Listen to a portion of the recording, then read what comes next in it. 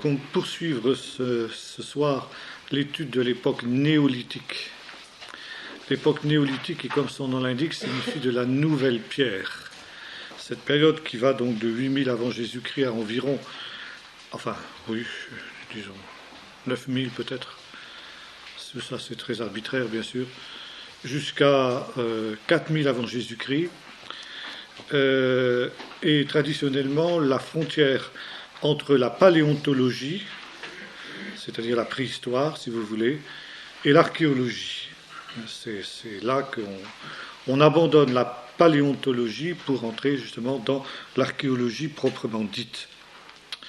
Bien, cette période, comme l'a noté Kramer, spécialiste de la Mésopotamie et de l'histoire de Sumer en particulier, n'est-ce pas, la civilisation, ce qui est extraordinaire, c'est qu'au néolithique, la civilisation apparaît d'emblée, d'un coup, avec ses différents aspects.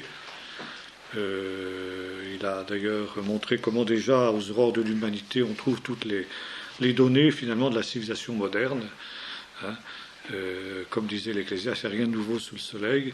Et en même temps, évidemment, c'est une pierre énorme dans le jardin des évolutionnistes qui nous affirment que la civilisation est venue petit à petit. Elle apparaît tout de suite, n'est-ce pas, d'un coup comme ça. Elle apparaît bien sûr dans ces deux grands centres dont nous avons parlé, l'Égypte et la Mésopotamie. En Égypte, le gisement le plus important de l'époque néolithique est le gisement du Fayoum. Gisement où il y a finalement deux périodes. C'est ce qu'on appelle, c'est ce que les égyptologues appellent l'Égypte prédynastique, c'est-à-dire avant l'apparition donc si vous voulez, avant l'époque des pyramides, grosso modo. Et là donc, les premières traces d'occupation du Fayoum datent de 8800 avant Jésus-Christ environ. C'est ce qu'on appelle justement le néolithique inférieur. Et puis ensuite, avec le Fayoum proprement dit, donc on a le néolithique supérieur. Ce qui différencie ces deux périodes, c'est le fait qu'au néolithique inférieur, on n'a pas encore de poterie, et à partir du néolithique supérieur, on trouve l'apparition des poteries qui va être constante, bien sûr, à partir de là, jusqu'à nos jours, évidemment. On continue aujourd'hui encore aussi à utiliser dans notre civilisation moderne la céramique. Céramique telle que pratiquement l'utilisaient les anciens, avec des techniques un peu plus élaborées pour les fabriquer, mais grosso modo, c'est exactement les mêmes procédés. Ensuite, donc, à la fin de cette période, selon qu'on prend une chronologie courte ou une chronologie longue, apparaissent les deux premières dynasties de l'Égypte pharaonique, si l'on peut dire. Voilà. Bon, ensuite, nous avons la Mésopotamie. La Mésopotamie qui est quand même, finalement, à cette période-là, le grand centre de la civilisation. La civilisation du Fayoum, en Égypte, est encore une civilisation assez embryonnaire, si j'ose dire, tandis qu'en Mésopotamie, on a une civilisation qui apparaît tout de suite comme étant plus brillante. Et là, nous avons aussi le même schéma en Mésopotamie, ça veut dire une période pré-céramique et une période post-céramique. La première période pré-céramique donc se trouve essentiellement concentrée sur le site de Jarmo en Mésopotamie, tandis que l'apparition de la céramique apparaît dans un autre site qui s'appelle le site de Hassuna. Et chose alors tout à fait intéressante, c'est qu'on trouve la même situation, si vous voulez, dans le pays d'Israël. Dans le pays d'Israël, où nous avons un site particulier, qui est un des plus intéressants de l'époque néolithique, outre les grottes du Carmel dont nous avons déjà parlé. C'est, d'abord, si on peut citer très rapidement un site sur lequel nous aurons l'occasion de revenir, c'est le site de Sharagolan, au sud de du lac de Tibériade, sur la rive est. Mais le site le plus intéressant sur le plan de l'époque néolithique en Israël, c'est le site de Jéricho. Jéricho, qui apparaît donc comme étant la ville la plus ancienne du monde, la ville que l'on connaisse, en tout cas la plus ancienne du monde. Jéricho était une ville qui a intéressé les archéologues depuis les débuts de l'archéologie, ça veut dire depuis le XIXe siècle en particulier, pour une raison tout à fait simple, c'est que les chercheurs espéraient retrouver les fameuses murailles qui ont été détruites par Josué. C'est pourquoi, à la fin du XIXe déjà, il y a eu des fouilles qui ont été entreprises à Jéricho par des équipes allemandes d'une part, des équipes de chercheurs allemands, et ensuite d'Américains. Au début du XXe siècle, c'est-à-dire très exactement à partir de 1914, c'est une expédition qui était menée par un Américain du nom de Garstang qui a fouillé Jéricho. Et là, ce Garstang, qui travaillait bien sûr à une époque où les techniques étaient encore assez empiriques, les techniques de fouille étaient encore empiriques, il n'y avait pas justement toutes ces techniques que nous avons élaborées, et c'était un peu, comment dirais-je, pardonnez-moi l'expression, au pifomètre qu'on travaillait à cette période-là. Et Garstang a trouvé donc au site qui s'appelle Tel es-Sultan. Tel es-Sultan, qui est au nord de la Jéricho moderne, à une faible distance de ce qu'on appelle la fontaine d'Élysée, c'est-à-dire le Wadi Kelt, c'est-à-dire en fait le seul point d'eau de toute la région. Donc automatiquement, on est sûr que Tel es-Sultan était la Jéricho biblique. Ça, il n'y avait absolument aucun doute. Garstang a donc fouillé ce tel. Il a commencé par faire une tranchée importante à différents endroits. Et il a trouvé, effectivement, la fortune d'un souris. Il a trouvé alors des murailles absolument gigantesques. Des murailles qui faisaient, deux séries de murailles, deux rangées de murailles, si vous voulez, grosso modo. Voilà, si vous voulez. Tel es-Sultan, voilà, grosso modo, comment il se présente. Vous avez ici, donc, la fontaine d'Élysée avec le Wadi Kelt qui coule là comme ça à distance. Et donc sur la colline, tout ça c'est une colline évidemment, Garstang a trouvé ici deux séries de murailles. D'abord une muraille à peu près comme ça.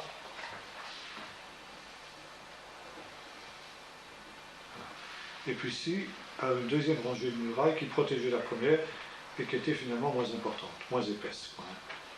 Là, on pouvait avoir vu dans la plus grande épaisseur, on pouvait avoir jusqu'à 4 mètres depuis. Ici, il y avait donc à peu près 1 mètre, quoi. Bon, là, on avait une muraille d'1 mètre, 1,50 m seulement, quoi. Bon, ça faisait une espèce de glacis, si vous voulez, donc ça permettait une protection. Bon, la partie est du tel, il l'a pas fouillé, il l'a pas fouillé, donc il y a peut-être la même chose ici, il y a vraisemblablement la même chose ici. Enfin bon, il n'avait pas les moyens de le faire, il l'a pas fait. Mais ce qui l'a impressionné le plus, c'est qu'il a découvert, à peu près dans cette région-là, une tour gigantesque.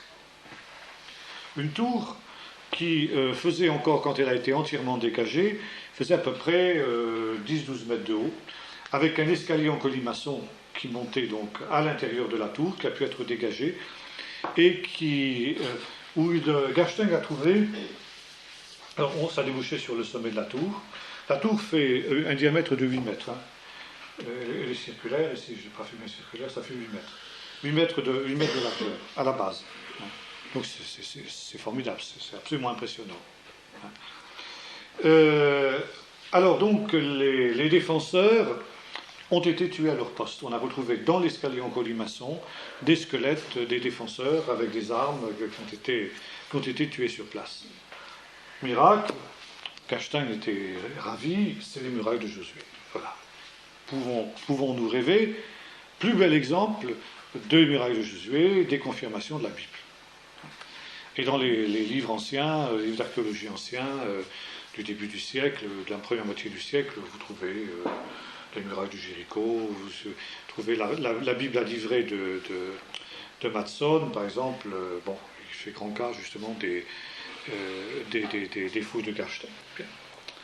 En 1958, Miskassin Canyon a repris les fouilles de Jéricho d'une manière beaucoup plus systématique.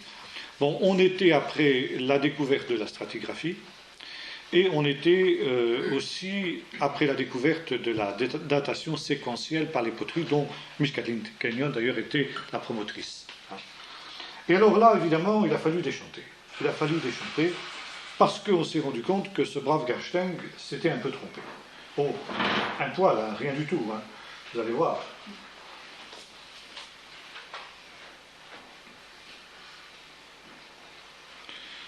Alors, si nous faisons maintenant une coupe du Tell es-Sultan tel que Miskassin l'a découvert.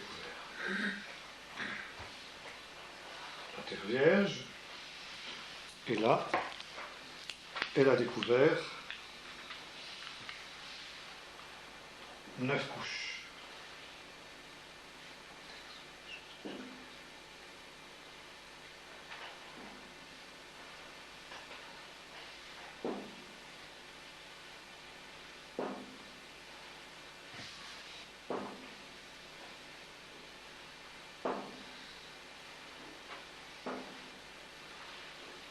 Et 9.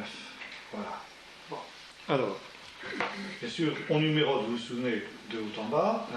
1, 2, 3, 4, 5, 6, 7, toujours en chiffre romain, 8 et 9. Voilà, comme ça. Or, ici, manque de bol, le cas de le dire, la fameuse muraille de Garstein appartenait à la couche 9. Donc, à vue de nez déjà, sans même aller beaucoup plus loin, on pouvait dire que ça n'avait rien à voir avec Josué. Et alors, les surprises ont continué, parce qu'on s'est rendu compte que les deux dernières couches, c'est-à-dire la couche 8 et la couche 9, eh bien, appartenaient tout simplement à l'époque néolithique. Ça veut dire 8000 ans avant Jésus-Christ environ. Et alors là, nous avons justement le même phénomène que celui que nous avons trouvé au Fayoum ou en Mésopotamie. Ça veut dire que Jéricho 9 est une période pré-céramique où on ne connaît pas donc encore la céramique. Et finalement, c'est une ville sans en être une. En fin de compte, dit Miskassin, c'est un village non fortifié. On parle de ville, en fin de compte, en archéologie, à partir du moment où on trouve des fortifications. Car les villes de l'époque, finalement, n'étaient que de gros villages, pour la plupart d'entre elles, comparées à nos villes modernes. Évidemment, Jéricho 9 n'avait strictement rien à voir avec New York, c'est évident. Donc, si vous voulez, on a trouvé justement à Jarmo et à Hassuna en Mésopotamie des villages qui finalement ressemblent à Jéricho. Sharagolan, Tel el-Hassoul, qui se trouve aussi à quelques distances au nord de Jéricho, et qui est aussi un site de la même époque, ressemble comme un frère à Jéricho 9. C'est-à-dire qu'il y a des maisons simples en terre, comment dirais-je, en torchis finalement, en torchis, avec des traces d'occupation importantes d'agriculture, élevage essentiellement, donc une sédentarisation, comme il y avait en Mésopotamie à cette période-là.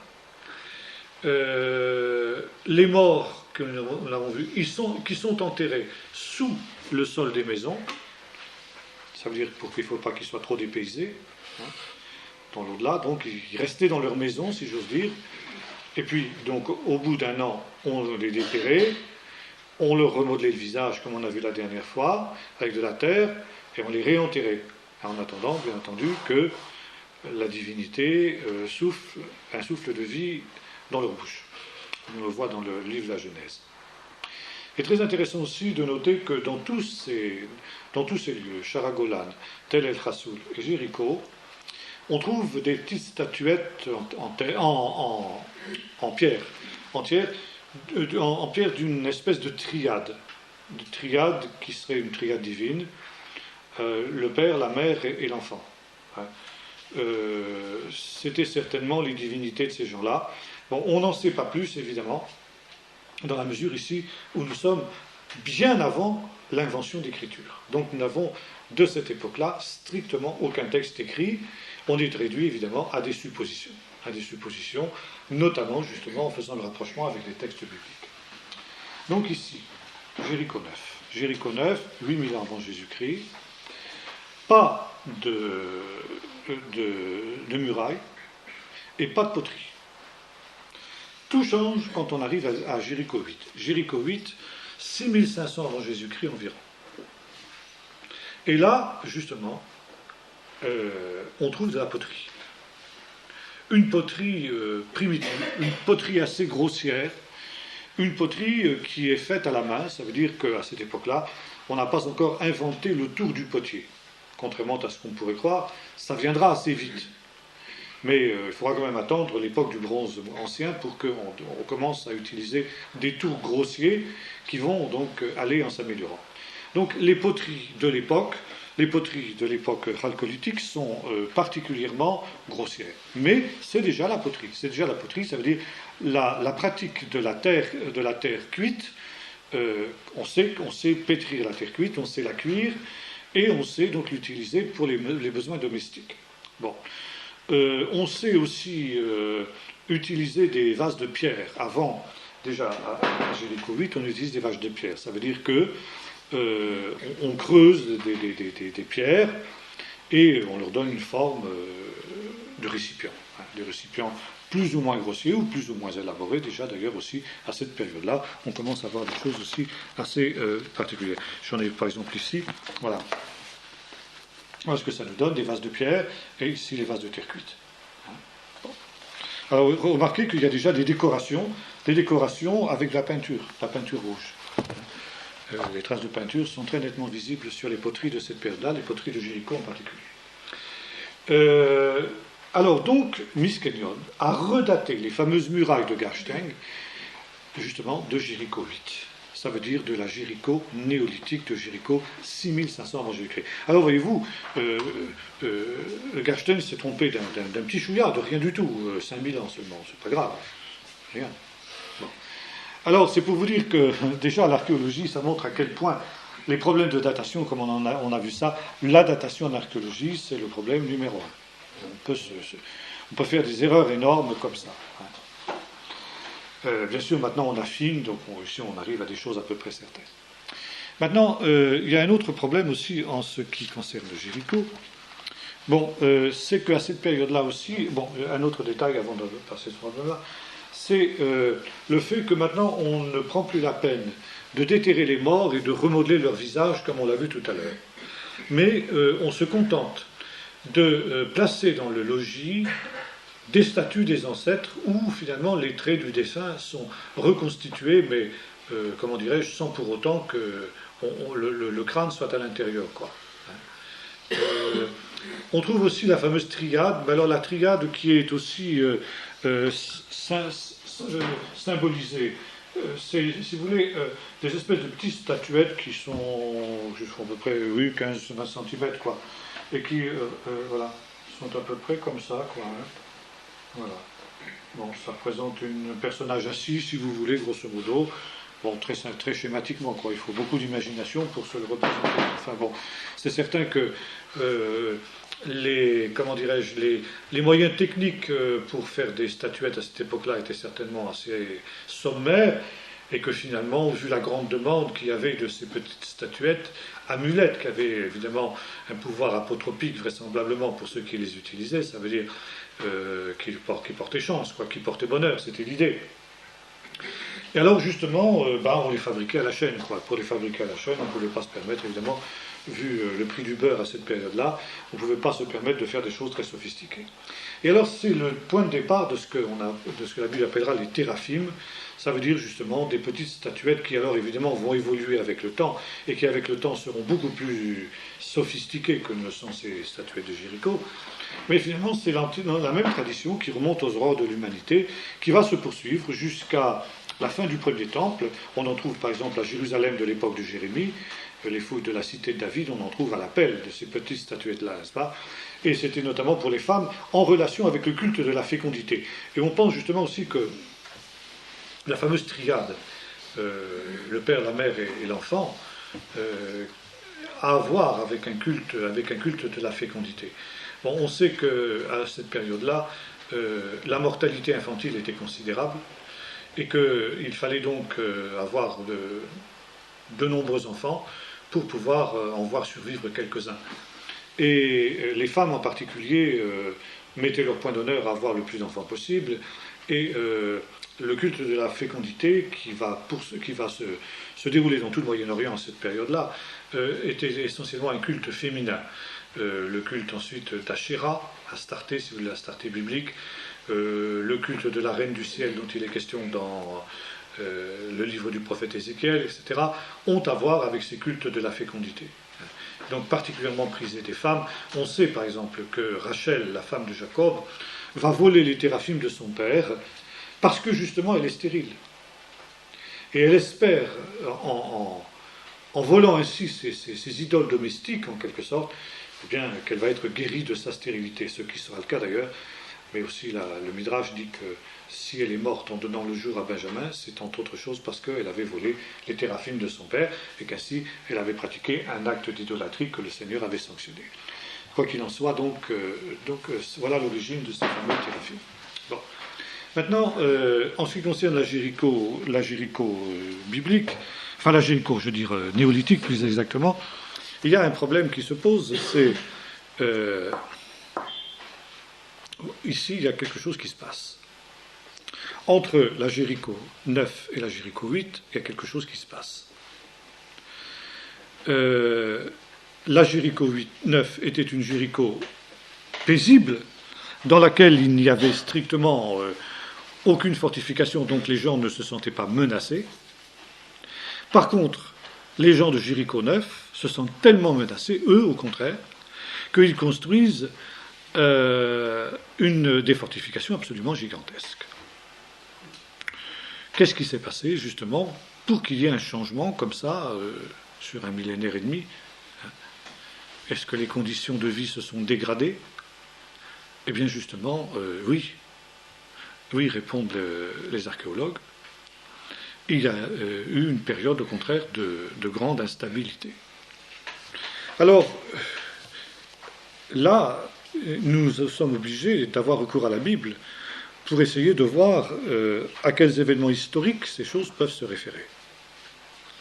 Or, la Bible nous dit que avant le déluge, il y avait on traduit par géants.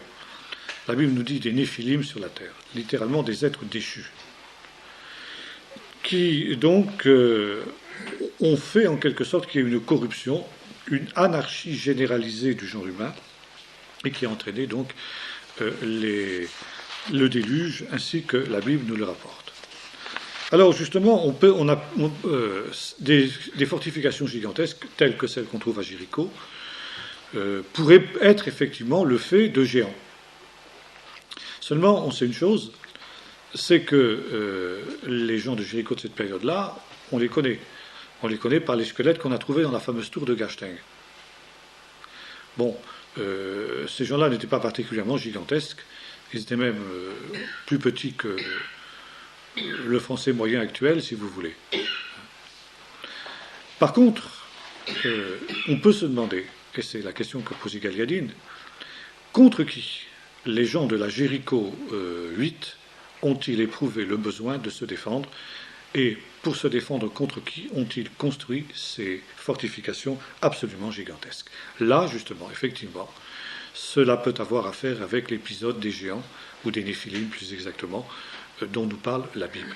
C'est la seule explication à cette transformation brutale entre les deux villes de Jéricho. Il est intéressant de constater que cette Jéricho 8 a donc été détruite malgré ses fortifications gigantesques. Les ennemis l'ont prise, cette ville. Ils l'ont détruite, ils en ont massacré les habitants, ils ont rasé la ville, et la ville est restée à l'abandon pendant à l'époque du Bronze Ancien. Ça veut dire pendant plusieurs millénaires. Elle n'a donc pas été reconstruite. Mais jusqu'à ce jour, ces fortifications gigantesques d'une ville qui était quand même, au point de vue nombre d'habitants, relativement petite, n'est-ce pas, reste la plus ancienne ville du monde que l'on connaisse. Voilà, donc si vous voulez, en gros, voilà ce qui concerne l'époque néolithique, où finalement on ne peut pas connaître grand-chose, parce que, encore une fois, les couches néolithiques sont souvent très profondes, forcément, elles sont en bas du tel. Et vous comprenez bien ce qui se passe quand on fait une coupe dans un tel, quand on fait une fouille dans un tel. Il est évident que les couches les plus faciles à fouiller sont les couches supérieures. Plus on, si vous voulez, à partir du moment où vous faites une fouille, vous descendez automatiquement, ce qui se passe, c'est que ça se restreint. Et plus vous arrivez bas, plus votre appétit diminue. Forcément. Donc, si vous voulez, quand on arrive au dépôt néolithique, en général dans un site archéologique, c'est pas grand-chose qu'on trouve. Où il faut que, comme ça, il y ait une interruption. Ce qui s'est passé à Jéricho, c'est que, si vous voulez, entre la couche 8 et la couche 7, vous avez donc une grande interruption. Puis finalement, un tel avec 9 couches, c'est pas grand-chose. C'est pas grand-chose. Donc, on n'a pas ici une très grande occupation à Jéricho, ce qui fait qu'on a pu arriver facilement au dépôt néolithique.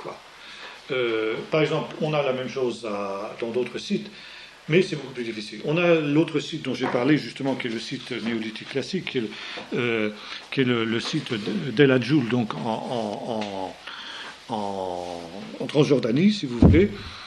Là, alors, ce qui est intéressant, c'est que ce site n'a été occupé qu'à l'époque néolithique, donc c'est facile de le fouiller. Et alors on a aussi les deux périodes, la période pré-céramique et la période post-céramique.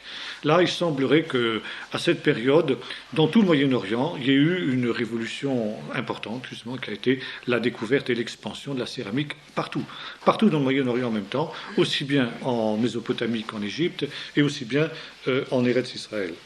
Alors, la région de Shara-Golan aussi, donc, est un petit peu plus récente. Elle va de 7000 à 4000 environ.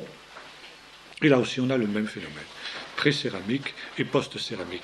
Petit village, semblable à celui de Jéricho 9, où on a alors là aussi un peuple de nomades sédentarisés qui va s'occuper d'agriculture et d'élevage, mais d'un élevage non transhumant, un élevage qui reste autour de la région, Donc voilà, si vous voulez, avec l'apparition des poteries, du même type de poteries qu'on a retrouvé un petit peu partout.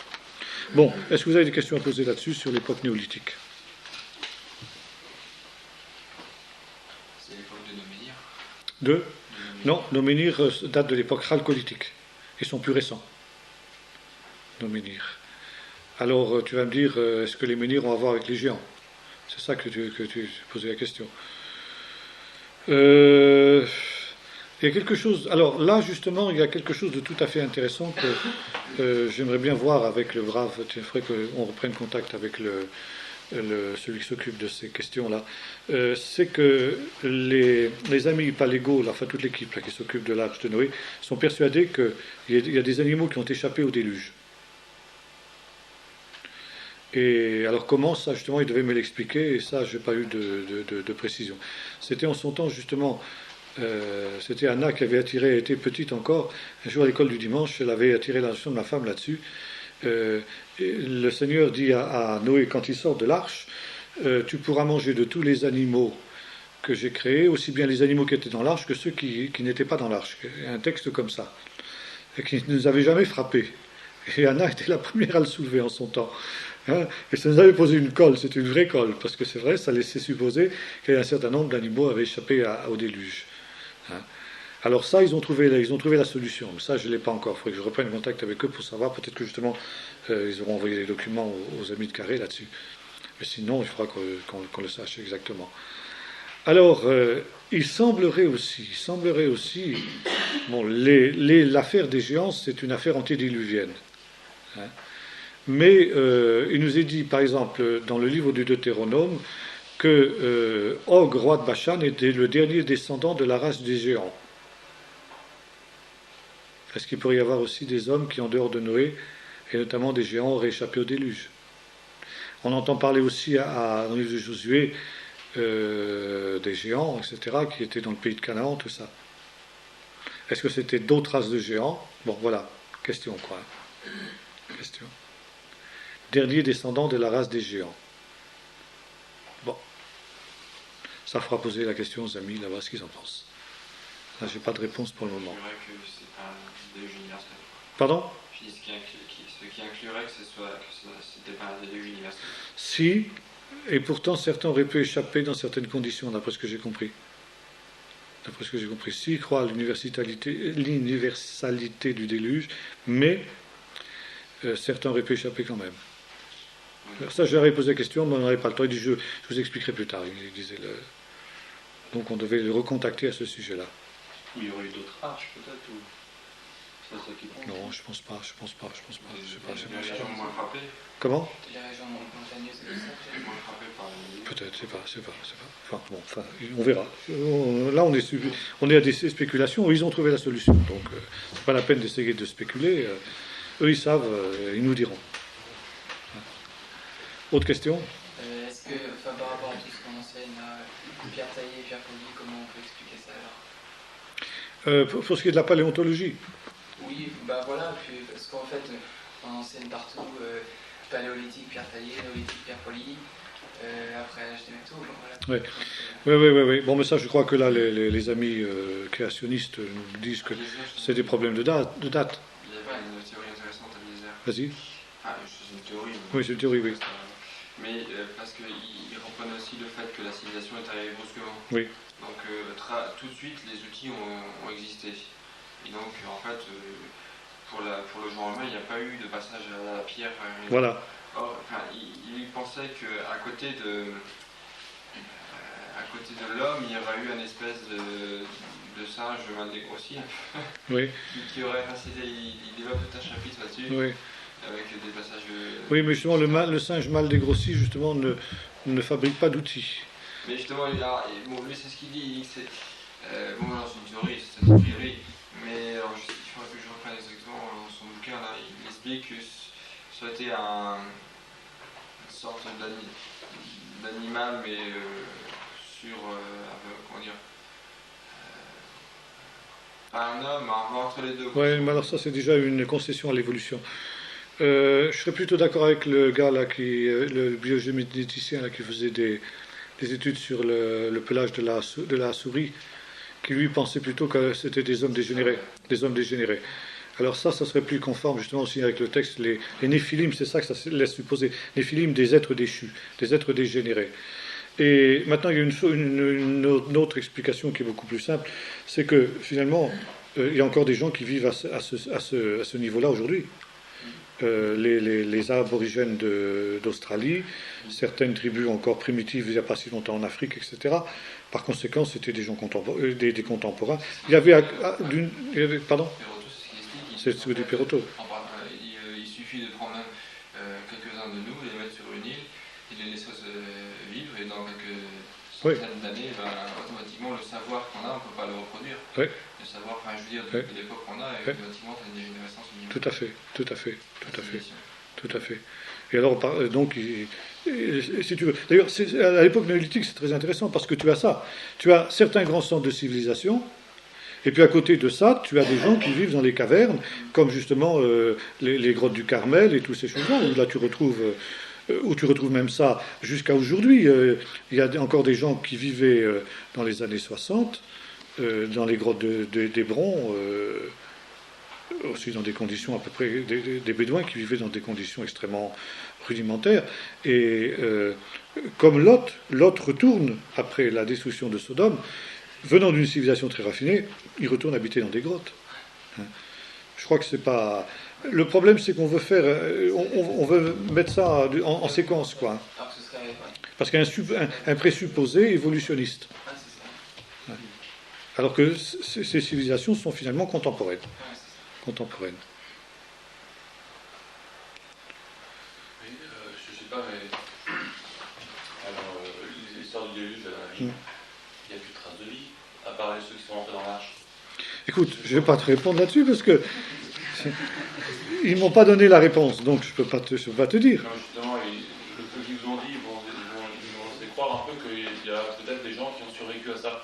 Mais donc, dans ce cas-là... En tout cas, des animaux. Ils n'ont pas parlé d'hommes, ils ont parlé d'animaux. Il y a des animaux qui ont survécu. Les animaux, je trouve que déjà, c'est... Si on prend le texte mot pour mot... Ben oui, justement, c'est ce qu'avait fait Anna. Il y a tous les animaux marins qui ont survécu. Oui, il y a d'une part les animaux marins, oui. Bon, il peut y avoir des mammifères marins. Oui, il y a pu y avoir des mammifères marins. Mais alors, au niveau des fameux géants, là, enfin, je veux dire, parce que si vous voulez, Dieu se repent un peu d'avoir fait ça après, quoi. Il ne fera plus jamais de déluge, oui. Mais c'est à cause du péché. Oui. Donc, si vous voulez, il n'y avait qu'un seul juste aux yeux de Dieu, oui. c'était Noé oui. Et sa famille, oui. proches. Oui. Donc voilà, donc je veux dire, qui sont rentrés, mais les autres étaient condamnables. Ces gens-là qui avaient une vie de débauché, bon, ils ont été condamnés, ils ont disparu. Autrement, je veux dire, ça n'y a pas de crédibilité. Quoi, si vous voulez, non, mais je suis d'accord avec toi, ça pose un problème. Je suis d'accord avec un problème. Alors, c'est pour ça qu'il faut voir comment ils le résolvent. Ils ont trouvé la solution, ils m'ont dit. Mais ça, je ne peux pas te la dire parce qu'ils ne m'ont pas dit, ils ne m'ont pas expliqué. J'en serai peut-être, dans 8 jours, j'en serai peut-être plus long. Je pourrais t'expliquer dans 8 jours. Parce qu'on va travailler, on va être en contact avec eux. On va accarer pour ça. Bon, autre chose? C'est en Amérique du Sud où il y a j'avais lu un livre, une expédition qui a été faite par des Anglais dans les années 50, donc qui traversaient une région d'Amérique du Sud, c'était l'armée, avec des 4x4. À un moment donné, ils arrivent dans une plaine en montagne, ils franchissent un col, ils arrivent dans ce qui semblait une plaine immense et impénétrable. Et donc c'est intéressant parce qu'ils avaient leur culte tous les dimanches. Et puis il y avait en fait, ils se rendent compte que c'est un marais. Et des fondrières pas possibles, le sol était très meuble. Et puis par moments, ils trouvaient des trous d'eau. Ils ont sondé. Et plusieurs centaines de mètres, ils ne touchaient pas le fond. En fait, cette forêt immense, à qui s'attendait à perte de vue, reposait sur de l'eau. En fait, sur des souches qui, avec les siècles et les millénaires, s'étaient entassées. Ah, oui. Et la forêt, en fait, reposait sur un lac immense, montagne, qui atteignait de très grandes profondeurs. Ça, c'est possible alors. C'est possible que ce soit ça. Et donc, je fais le rapprochement, parce que et donc ça veut dire qu'à un moment donné, il y a eu des arbres qui se sont... qui ont flotté sur les... et qui se sont rassemblés quand l'eau... C'est ça, quand l'eau est descendue. Ils n'ont pas fait le rapprochement, bon, on peut le faire. Et puis donc, à partir de là, ça crée un humus, et les arbres se sont développés. Et en fait, ils se sont rendus compte qu'ils avaient traversé... Alors, c'était héroïque. En fait, ils avaient traversé un lac immense, qui était une forêt, posée sur l'eau. Ayant plusieurs mètres, enfin je ne sais plus combien, mètres de tourbe en fait, mais d'arbres qui se tenaient, en fait c'était une forêt qui se tenait sur de l'eau. Enfin, voilà. Ah oui, à mon avis ça doit être ça. Alors ça doit être ça. Ça doit être ça. C'est vrai qu'il y a des grands fleuves aux États-Unis où il y a des gros morceaux de terre avec des arbres dessus qui se détachent et qui flottent comme ça. Mais sur la Titicaca aussi d'ailleurs je crois. Plusieurs kilomètres. En Bolivie, là, je crois qu'il y a ça aussi. Il y a des choses comme ça. Ça se fait encore aujourd'hui. Bon, on va attaquer, si vous voulez, maintenant une nouvelle époque, l'époque chalcolithique. De chalkos, cuivre, en grec, lithos, la pierre. Donc, l'époque du cuivre et de la pierre. Effectivement, c'est le début de l'ère des métaux, la découverte des métaux. Le cuivre est l'élément de base à partir duquel on va fabriquer le bronze. En mélangeant avec de l'étain et d'autres métaux semblables, on va aboutir à la fabrication du bronze. Au début, on utilise uniquement le cuivre et c'est après qu'on va avoir l'idée justement de le mêler avec l'étain pour en faire un métal un peu plus résistant et un peu plus dur. L'époque chalcolithique, donc, c'est tout si vous voulez, c'est toute l'époque qui va de 4000 à 3000 avant Jésus-Christ environ. c'est-à-dire justement ça correspond avec l'Égypte pré-dynastique proprement dite, justement par rapport à ce que on entend aujourd'hui aussi en égyptologie. Alors là, il y a beaucoup plus de données que dans la période précédente. On retrouve le principal centre chalcolithique en Égypte, au Fayoum aussi. Alors, pour le distinguer du Fayoum néolithique, on l'appelle Fayoum B, tandis que le Fayoum néolithique, on l'appelle Fayoum A. Là, il y a donc 4 périodes en Égypte à cette période-là, qui correspondent justement. On prend le Fayoum comme référence parce que là, on a toutes les époques. Si bien que quand en Égypte, on découvre des sites chalcolithiques, on les rapproche toujours d'une des 4 couches chalcolithiques du Fayoum. Alors, il y a d'abord l'époque chalcolitique ancienne. Ensuite, on arrive à l'époque prédynastique proprement dite. L'époque chalcolitique ancienne n'a rien à voir avec un royaume organisé pour l'heure, n'est-ce pas? Ce sont plutôt des espèces de petites cités-États. Et à partir de l'époque prédynastique, alors on a la constitution de l'Égypte en Haute et Basse Égypte, comme on le sait évidemment, comme tous les égyptologues le savent. Et là, donc, cette période prédynastique égyptienne est divisée en 3 sous-périodes, ancienne, moyenne et récente. Alors là, si vous voulez, c'est quelque chose qui va ensuite aboutir, selon, encore une fois, les 2 chronologies qu'on a vues, à la période du Moyen Empire, soit en 3100 avant Jésus-Christ pour ce qui est de la chronologie longue, soit en 2900 avant Jésus-Christ pour ce qui est de la chronologie courte. Nous avons déjà vu pourquoi, justement, ces 2 chronologies se côtoient et les raisons pour lesquelles il est finalement très difficile de choisir entre l'une et l'autre. En Mésopotamie, on a un schéma qui correspond grosso modo à celui-là. Et il y a en particulier 3 sites chalcolithiques extrêmement importants en Mésopotamie, qui vont avoir donc pour origine des populations qui apparemment viennent des montagnes de l'Iran. Donc vraisemblablement les peuples qui viennent de l'Ararat après le déluge, quoi. Et là, on a en particulier le site de Varna, l'ancienne Varna, où on retrouve la même division que dans le Fayoum, ça veut dire 3 époques, anciennes, moyennes et récentes, donc qui correspondent aux couches 9 et 14 du site de Varna. Varna qui est le point de repère, exactement, si vous voulez, comme le Fayoum en Égypte est le point de repère de l'Égypte. Et alors là, justement, ce qui suit est tout à fait intéressant. On a aussi l'autre site de Jarmo qu'on avait vu à l'époque néolithique, qui alors va se diviser maintenant en époque chalcolithique A et B, ce qu'on appelle A et B. Et là, c'est ce qu'on appelle l'époque sumérienne prélitérée. Ça veut dire ici, nous sommes avant l'apparition de l'écriture. Et ce qui va être justement le propre de cette période en Mésopotamie, c'est justement l'apparition de l'écriture. À Varna, justement, à cette période-là, on va voir aussi, un petit peu après, à cette période-là, on va voir 2 autres sous-périodes, C et D, avec leur équivalent dans la ville d'Uruk, l'Erech biblique, qui est, selon la Bible, une des plus anciennes villes du monde, avec Babel, qui est le commencement du règne du fameux Nimrod. Et là, donc, ce sont Erech, l'Uruk, ce qui s'appelle l'Erech dans la Bible, est une des villes saintes de la Babylonie ancienne jusqu'à, grosso modo, l'époque d'Alexandre le Grand.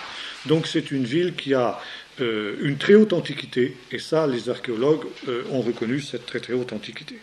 Et c'est justement à Varna et à Uruk qu'apparaît l'écriture. L'écriture qui, évidemment, ne va pas apparaître telle qu'elle dès le commencement.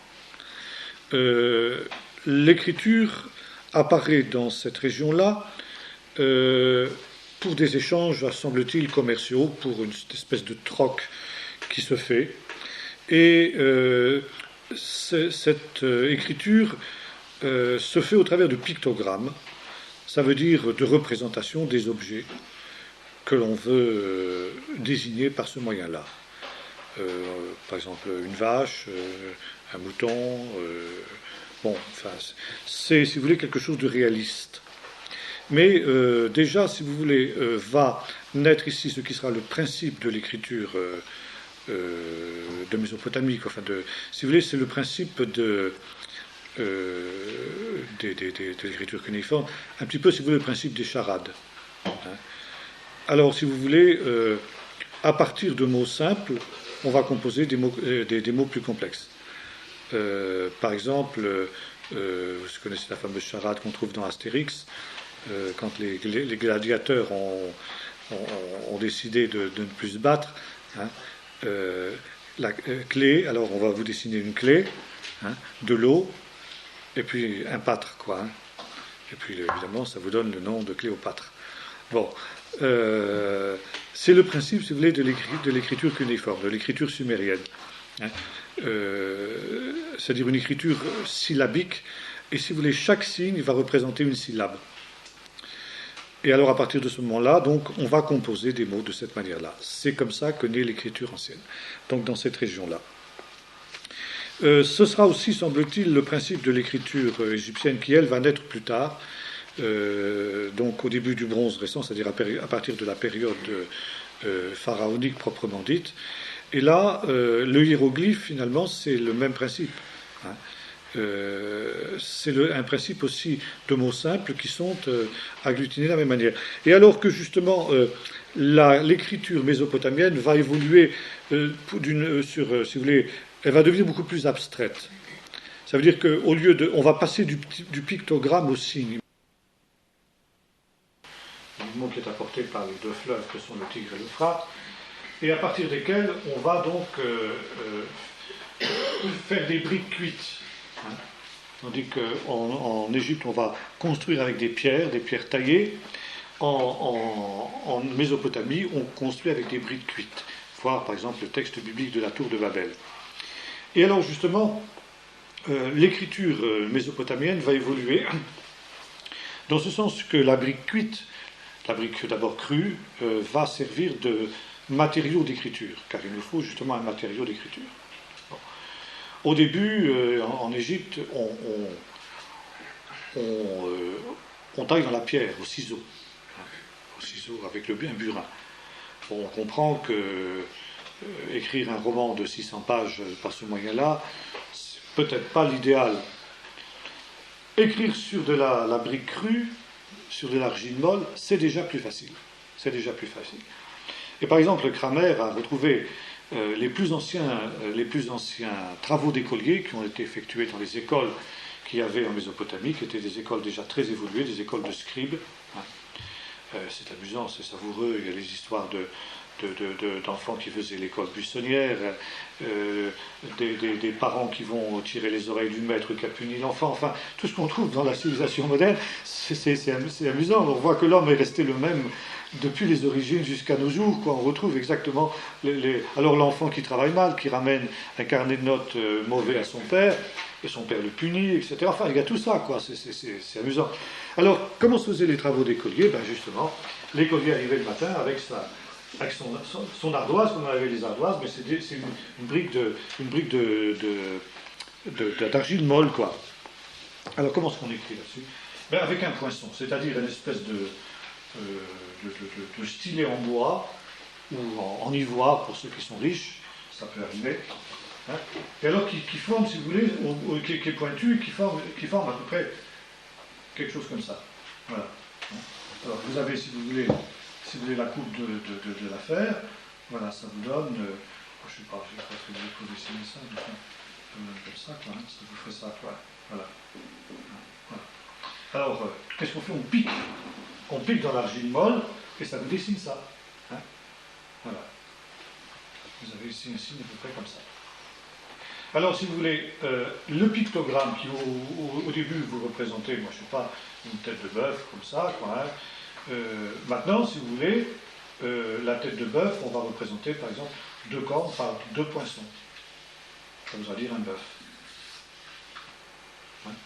Bon, vous pouvez avoir maintenant, si vous mettez les poinçons dans l'autre sens, ça va vous donner un autre mot. Vous pouvez combiner, vous pouvez en mettre des grosses et des petits au-dessus. Et c'est ainsi qu'on est l'écriture cunéiforme. Quand, alors l'écolier a bien réussi son travail, je l'ai félicité, sinon il a une mauvaise note, puis c'est comme dans les ardoises et comme mon tableau, on efface et on recommence. C'est bien qu'on peut garder la tablette longtemps. Si vous voulez, par exemple, au contraire, garder ce texte, trouver que c'est un chef-d'œuvre, vous trouvez que c'est un chef-d'œuvre immortel, hein, et que ça mérite d'être gardé pour les générations futures, qu'est-ce que vous faites? Vous cuisez la tablette.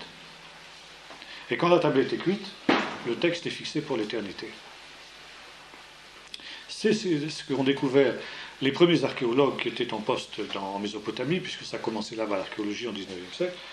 Ils trouvaient sur les ruines des anciennes cités des briques où il y avait des espèces de signes étonnants, comme ça, plein de petits signes, c'était creusé à l'intérieur.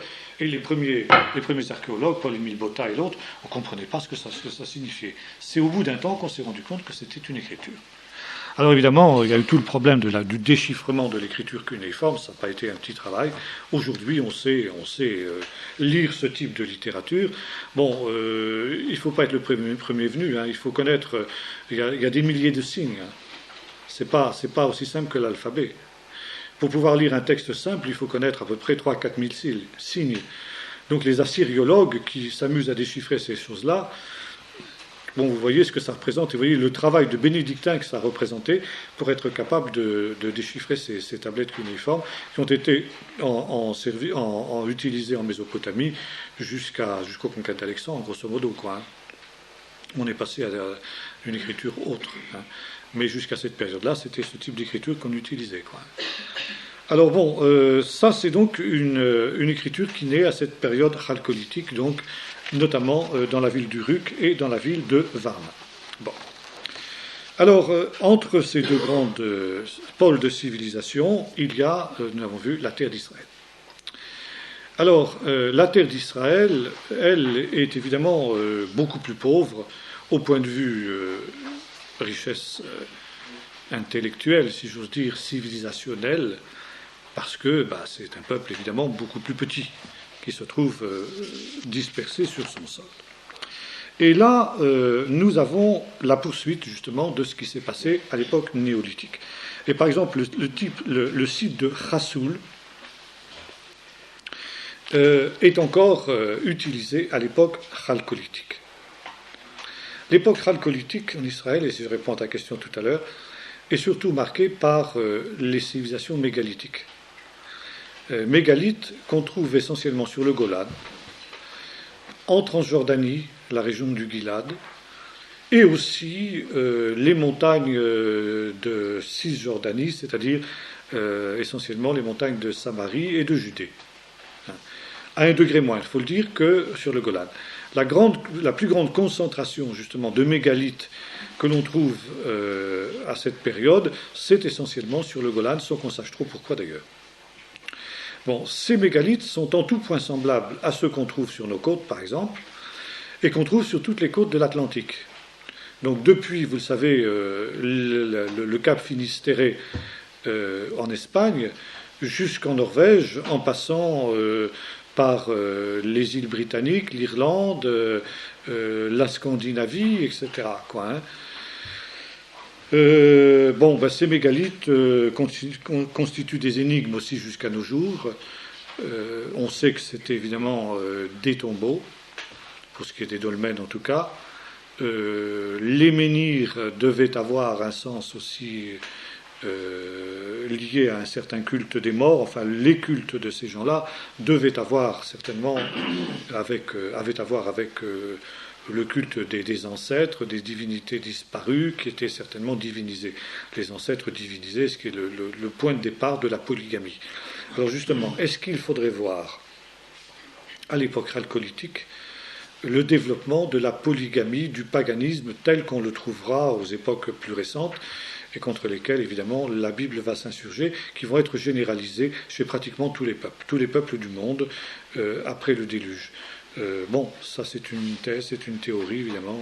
Là aussi, en l'absence de tout document écrit de la part des peuples qui ont construit ces civilisations mégalithiques, car même finalement les écrits d'Uruk et de Varna sont quand même des documents qui sont très très frustes, très sommaires, qui ne nous donnent pas beaucoup d'indications, n'est-ce pas ? Maintenant, si effectivement ce qui vient d'être découvert sur l'Ararat est vrai, il y aurait déjà une écriture proto-alphabétique qui aurait été inventée par Noé, ou en tout cas par les gens de la génération de Noé, puisqu'on aurait trouvé des inscriptions sur la poutre qui a été ramenée par nos amis italiens en décembre dernier, et qui aurait pu être déchiffrée par un spécialiste de l'écriture proto-sinaïtique. Bon, mais enfin, c'est quand même même l'écriture proto-sinaïtique, finalement, une écriture assez frustre, hein, une écriture qui ne permet pas de communiquer des concepts extrêmement sophistiqués. Donc, on ne sait pas qu'est-ce que c'était, qu'est-ce qu'on avait à faire véritablement avec ces fameux mégalithes. Maintenant, il y a un autre site qui s'est développé à cette période chalcolithique en Israël, c'est Beersheva. Beersheva dans le désert du Sinaï, dans le désert du Negev. Beersheva, où nous avons où apparaît une civilisation extrêmement originale. Il y a finalement trois époques de la Beersheva chalcolithique, une période qui correspond d'ailleurs à ce qu'on trouve en Égypte et à ce qu'on trouve en Mésopotamie, hein, c'est-à-dire le Fayoum moyen, ancien, moyen et récent, Fayoum B. Même chose à Jarmo, Varma, en Mésopotamie aussi, on a exactement le même, et Uruk, donc on a le même schéma. Maintenant, la Beersheva, donc chalcolithique ancienne, est essentiellement une ville troglodyte. Ça veut dire que nous avons sous le sol du désert, des grottes artificielles qui sont creusées. Les habitants habitent dans ces grottes. Vraisemblablement pour chercher un peu de fraîcheur. Ça leur permet donc de vivre dans des conditions plus faciles que dans le désert, qui est quand même extrêmement chaud, même à cette période-là. Bon. Une deuxième période, l'époque moyenne, si vous voulez, voilà, je vais vous faire le schéma, si vous voulez, pour que vous vous rendiez compte à peu près à quoi ça correspond.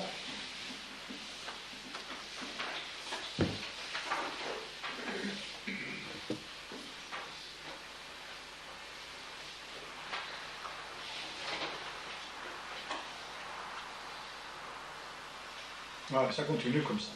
Donc ici vous avez le sol. Voilà. Et alors, voyez-vous, il y a un puits qui permet d'accéder ici dans une grotte artificielle où habitaient les gens. Deuxième période, on garde, si vous voulez, en gros cette structure, mais, si vous voulez, toute cette partie a été détruite. Voilà.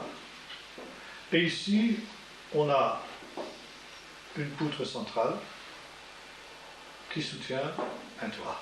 Voilà. Donc nous avons affaire ici à une habitation semi-troglodyte.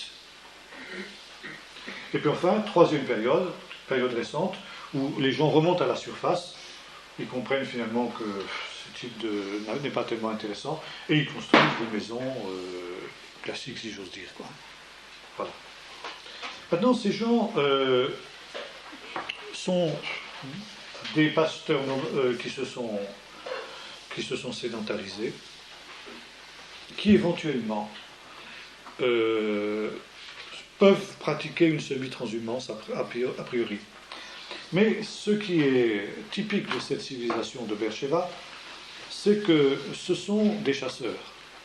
Et des chasseurs d'un gibier qui existait dans cette région à l'époque, mais qui a disparu depuis, et qui étaient des animaux, des grands animaux, notamment des animaux qui avaient des ivoires, donc des éléphants vraisemblablement. Il y a eu des éléphants, sans aucun doute, à la période chalcolithique dans cette région. parce que justement, on a trouvé chez ces gens-là une richesse incroyable d'objets en ivoire, superbement travaillés. Alors, ça peut aller du bijou que les femmes portaient, ou les hommes aussi, sans doute, n'est-ce pas, jusqu'alors des statuettes d'ivoire finement ciselées, extrêmement sophistiquées. Alors, ce qui est caractéristique de ces statuettes d'ivoire, qui peuvent avoir à peu près cette taille, c'est qu'elles ont des nez énormes. Bon, est-ce que c'était une des caractéristiques des gens de cette race-là, ou bien est-ce que c'était pour eux les canons de la beauté? Plus on avait un gros nez, plus on était beau.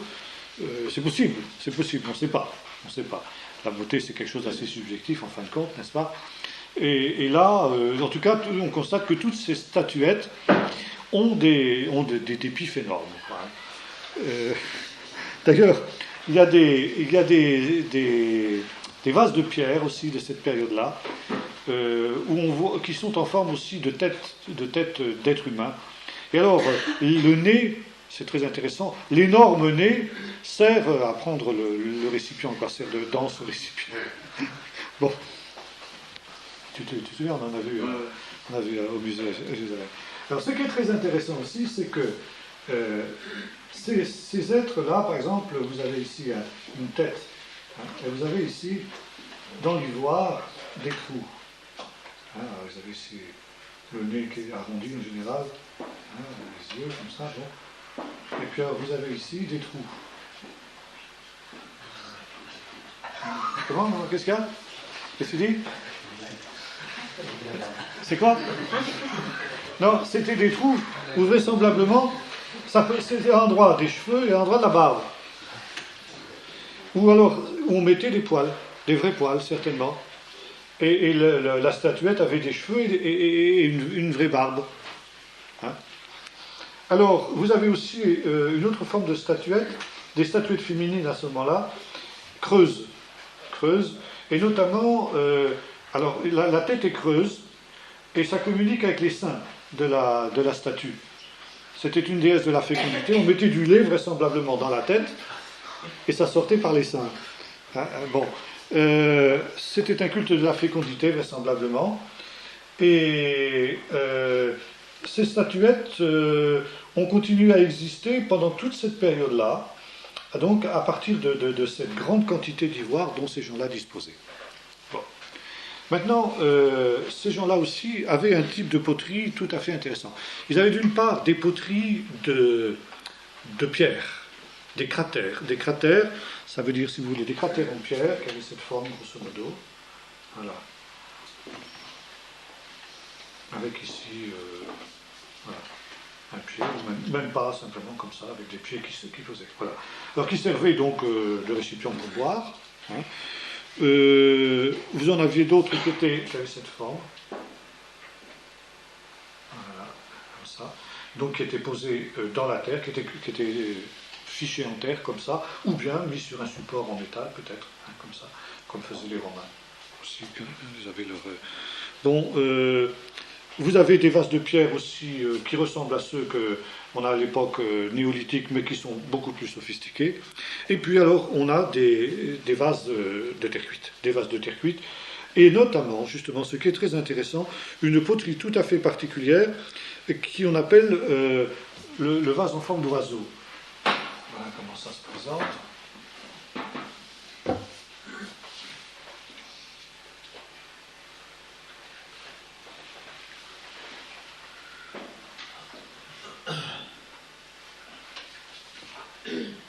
C'est des trous. Alors, on pense que c'était une espèce d'outre. Ces gens habitaient dans le désert, et quand ils partaient au travail, évidemment, ils partaient avec une réserve d'eau. Aujourd'hui, on a des thermos. À cette époque-là, évidemment, on n'en avait pas. Alors, ils avaient ces espèces de vases. Ils mettaient donc leur boisson là-dedans. Ici, il y avait des anses. Ils mettaient une corde comme ça. Et se la passaient en bandoulière. Ils partaient au travail avec ça, et quand ils avaient soif, ils buvaient un coup, puis ils continuaient. Alors ça, il y en a beaucoup de ces vases-là. Bon, il y a des vases beaucoup plus sophistiqués, ça c'est tous les problèmes de la céramique. On retrouve aussi, alors, les théraphim. Bon, ben, les théraphim, on a vu tout à l'heure, ça c'était déjà aussi une forme de téraphim, mais c'était plus sophistiqué. C'était certainement des dieux qui étaient beaucoup plus stables, si vous voulez, dans des sanctuaires, voire dans des sanctuaires familiaux. Mais les petits téraphim, donc, bon, ça c'était très cher, évidemment, pour posséder une statue comme ça, même en ivoire, même si l'ivoire était répandu chez ces gens-là, c'était évidemment quelque chose que tout le monde ne pouvait pas se payer. Par contre, on se payait des petites statuettes qui avaient à peu près cette forme-là. Voilà.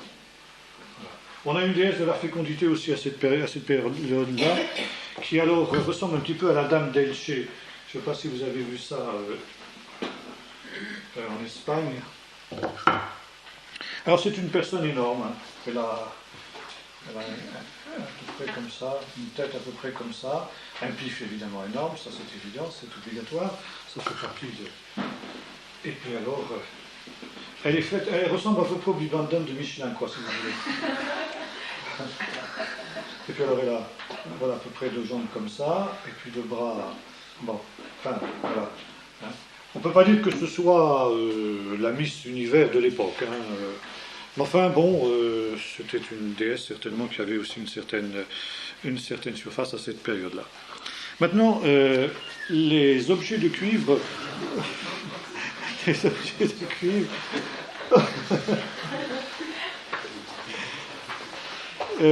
au sens propre, au figuré, bien sûr, vous m'avez compris. Les objets de cuivre qu'avaient ces peuples chalcolithiques, c'est essentiellement des armes.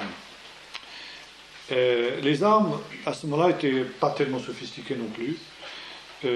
Bon, on utilisait beaucoup les haches de pierre et aussi les casse-têtes. Et finalement, les premières armes qui sont utilisées à cette période-là, c'est des masses d'armes en métal. Ça veut dire une espèce de forme à peu près comme ça. Et alors, on emmanchait ça, vous voyez, c'était à la fois entre enfin, c'était rond, c'était pas tranchant, c'était pas une hache, hein. Mais donc, on mettait ça sur un manche en bois, ligoté avec fixé, je ne sais pas exactement. Et puis, on tapait sur la tête des adversaires, c'était un peu la méthode Obélix, si vous voulez, ou bien le combat des chefs, c'était un peu la même chose, quoi, hein. C'était les armes essentielles qu'on disposait à cette époque-là. On est encore un peu loin de la bombe atomique, mais enfin, ça viendra petit à petit. Bon, je vais m'arrêter là pour ce soir. Donc, voilà en gros pour ce qui est de la culture de Beersheba. On va voir que cette culture de Beersheba, elle avait une extension aussi dans tout le désert du Negev, et que là, le Negev a été un grand centre de cette culture à cette période-là. Voilà, est-ce que vous avez des questions à poser là-dessus ?